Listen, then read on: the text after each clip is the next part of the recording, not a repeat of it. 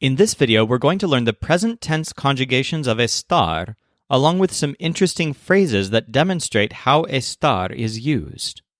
To learn these conjugations, we'll use the same mnemonic techniques that we used when we learned ser by having Joel and his friends visiting a shop. But this time it's the magic store, Estar, instead of the apple shop, ser. Now, at first, Joel is excited about going to the Estar shop. Rumor has it that there are some very interesting magic wands sold at Estar. Supposedly, these wands actually perform real magic, and Joel is fascinated by the possibilities. Maybe he can turn his enemies into toads, especially his enemies who are mammals. This store is only open at night, so Joel shows up at about 11 p.m. He's invited the pandas and the lizard to come with him. If there's any way to get free merchandise, Joel wants to take advantage to the maximum. Since Joel always likes to fit in, he comes into the store carrying a cardboard toy star. So this star-shaped piece of cardboard is just a leftover prop from a play. But see, when Joel wants to manipulate people, he always tries to get on their good side first. He thinks he can get on Tara's good side by showing that he's interested in stars. So he's carrying this toy star. Meanwhile, the lizard is wearing sunglasses to block out the strange lighting in Estar's walls. Remember that this store is themed after astronomy, so there are lots of little stars, and although this shop is dim, the lighting is very strange for a lizard who normally spends his nights in dark caves with no light whatsoever. As Joel and his friends enter the store, the clumsy pandas accidentally stand on the lizard's tail. Again, the room is very dim, and the bright lights on the walls are confusing them. Now, when they show up, Tara is very excited to see guests in her store, which is usually empty. She rattles off greetings and questions at nearly incomprehensible speed. I'm so glad to see you. You all look amazing. How was your trip? Where are you coming from? Are any of you famous?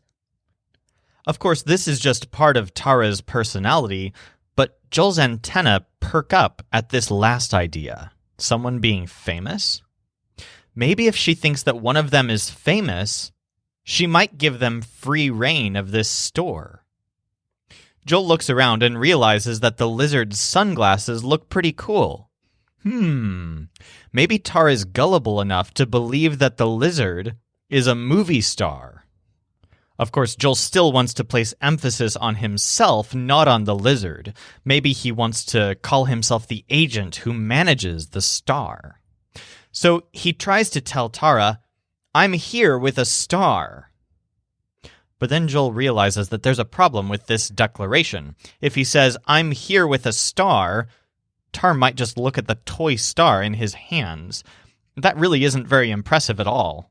So in his confusion, he ends up blurting this out. "Estoy here with and then he doesn't finish his sentence. Joel is holding this toy star, and the word for I am, as in I am here, is estoy. The syllable toy is emphasized. Of course, he wants to correct himself quickly, so he changes his phrasing to, "A star is here." But the way that he says this is, "A star está aquí."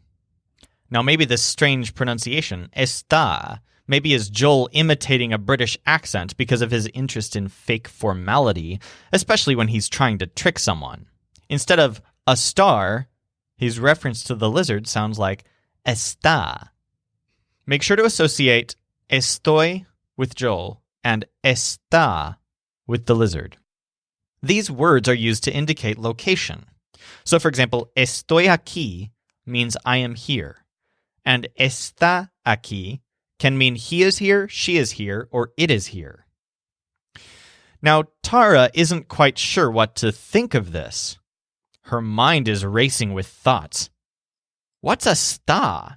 Is it kind of like a houseplant? And what's the bee doing here anyway? Do I like bees? I love most animals. Did I remember to feed my cat this morning? Do I even have a cat? In this frantic flurry of thoughts, Tara is tossing a couple of magic wands around in her hand. Now, this actually distresses Joel a bit. She's throwing these magic wands around right next to him. She seems like a very clumsy person, and Joel has heard that these magic wands have strange powers. He doesn't want to be on the wrong end of those things. So he protests to Tara, "Hey, you shouldn't be tossing those things around. You're close to customers here." Well, that's what he tries to say, but in his desperate confusion, all he can think of is the word toss, because that's what she's doing with the wands. So when he says, "You are close to customers," what comes out is, "Estás close to customers." So estás means you are in terms of location. So we have estoy for Joel with the toy, está for the lizard, and estás for Tara. Now at this point, the lizard has had enough of all of this nonsense. He actually smells something interesting among the store merchandise and tries to sneak away. But he can't get anywhere because the pandas are still standing on his tail. This confuses him a bit. He keeps scrambling with his 4 feet, but he's not getting anywhere. And he doesn't know why because he can't see the pandas on his tail thanks to his sunglasses and the dimness of the room. Joel sees the lizard struggling, and he tries to explain the situation to him. "The pandas are on your tail." But instead of saying the pandas are on your tail, he's thinking of how they're standing on his tail, and he says, "The pandas están on your tail."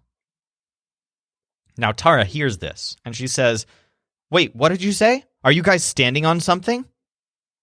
See, she remembers that she spent the entire afternoon creating some cutout pictures of paper stars. She was hoping to decorate the room with them, as if it wasn't decorated enough, by hanging these paper stars from the ceiling. But she left the paper stars on the floor in her typical absent-mindedness. Suddenly, she yells, "How dare you come in here and just stamp on my stars like that?" Joel looks down at the ground. Sure enough, the star cutouts are beneath their feet, and the lizard has severely wrinkled them in his struggling. "Yes," admits Joel in a voice of sarcastic indifference, "we are indeed stamping on your paper stars." To restate this fact, he says in simpler terms, "Estamos on your paper stars." So the word estamos means we are. As always, you want to make sure that this entire scene is very clear in your mind. So mentally see if you can place each of these 5 new words that you have in their locations. I am here is estoy aquí. Estoy aquí. He, she, or it is here is está aquí. You are here is estás aquí. They are here for the pandas is están aquí. And we are here is estamos aquí. At this point, you might be thinking that today's story was pretty long. Why did we need 5 minutes of an elaborate story just to teach 5 words? In future lessons, the stories will be getting gradually shorter, and the list of new words per lesson will grow continually longer. Until then, make sure that you form the habit of truly internalizing the scenes that I describe. When you think of Joel and his friends entering Estar, you should remember all 5 words associated with each of the characters. Now, so far we've been teaching estar to refer to location, like está aquí or están aquí. But estar is used both for location and for how someone is doing. For example, to ask how someone's doing, you would say, "How está this person?" So how is Isabella is how está Isabella. ¿Cómo está Isabella? Now let's talk a bit about some even more difficult phrasing structures used with estar. Sometimes Joel puts words together and suddenly they don't seem to mean what they mean. For some reason, when you combine 2 or 3 words together, that can suddenly create a new meaning that doesn't really have anything to do with the original words. But to be fair, this happens in English as well. Just look at those 2 words that I just used, as well. If you think about it, we would translate that phrase as also. So what I said was, this happens in English as well. I could just say, this happens in English also. But the individual words don't seem to have anything to do with also. The word as means like or how or maybe while. And the word well means fine or excellently. And yet somehow, when you put these two words together, as well, you get a different meaning, also. It seems illogical, but that's how our bizarre language works. Spanish has its own idioms, and we'll learn more and more in the next several lessons. A great example of these is ya está.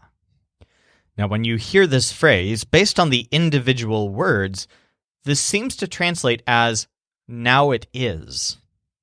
But actually, ya está is used to mean something reassuring or forward-looking. Sometimes it even means it's okay, or maybe it's done. To explain this in a little more detail, let's create a sample scenario. Let's suppose you're at a restaurant and you spill hot sauce all over the table, and then you ask your waiter for an extra napkin.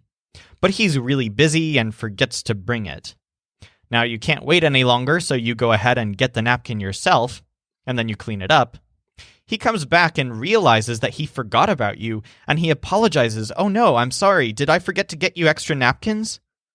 But you respond politely, "It's okay. I got it. It's all done." Everything that you said in that response is summed up in the phrase, ya está. It's kind of like saying, it's all said and done, there's no need to worry about it at this point. Another idiomatic phrase is no está. This isn't terribly strange, but it's quite different from English. So no está literally means that someone isn't. But what it's used to mean is that someone isn't around or isn't here. And that kind of makes sense because the verb estar by itself, by default, tends to refer to location. As an easy example, if somebody has recently left, you might simply say, "Oh yeah, he's not around anymore." That would simply be, ya no está. So for example, "Yes, Sebastian, he isn't around anymore." Or, "Sí, Sebastián, he ya no está." Sí, Sebastián, él ya no está. Let's learn one more interesting way that estar can be used. In Lesson 2, we learned the word siendo on Ser's bell. This word is normally preceded by a conjugation of estar, which ends up being the part of the sentence that indicates who it is that's doing the action, that is, the conjugated verb. Siendo itself is unconjugated, so it doesn't change, but it needs a conjugated version of estar before it in most situations. For example, to say, "You're being a baby," you would say, "Estás siendo a baby." If I change the estar conjugation, maybe from estás to estoy, then suddenly I'm the one that's being a baby. But siendo doesn't change. To say they're being mean, we would say, están siendo mean. You're being mean is estás siendo mean. Estás siendo malo.